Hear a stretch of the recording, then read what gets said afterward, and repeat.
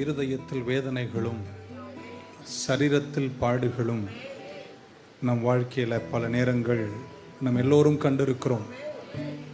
சில நேரத்தில் உங்களுக்கு நீங்களே தீர்க்கதரிசியாய் மாறிடும்.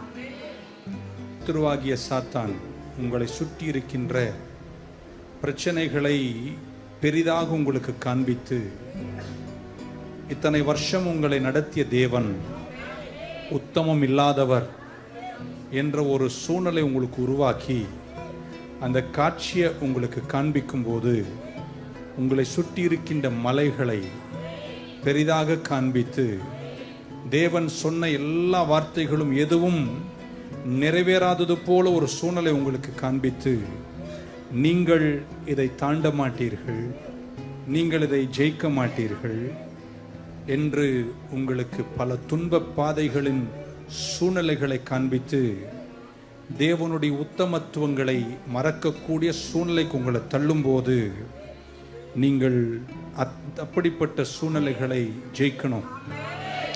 எனக்கு ஒரு உதவி செய்யுங்க, பக்கத்து சொல்லுங்க. நான் சொல்வதை விட என் எதிர்காலம் உனக்கு சொல்லும்.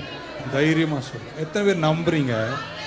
இன்னைக்கு உங்களை கொச்சப்படுத்துறவங்க, வேதனைப்படுத்துறவங்கலாம் நீங்க பேசாதீங்க. உங்க எதிர்காலம் சீக்கிரம் அவங்க கிட்ட பேசுங்க. அதுவே சொல்லும் சொல்ல வேண்டியதை. ஆண்டவர் உங்களுக்கு அற்புதம் செய்வார்.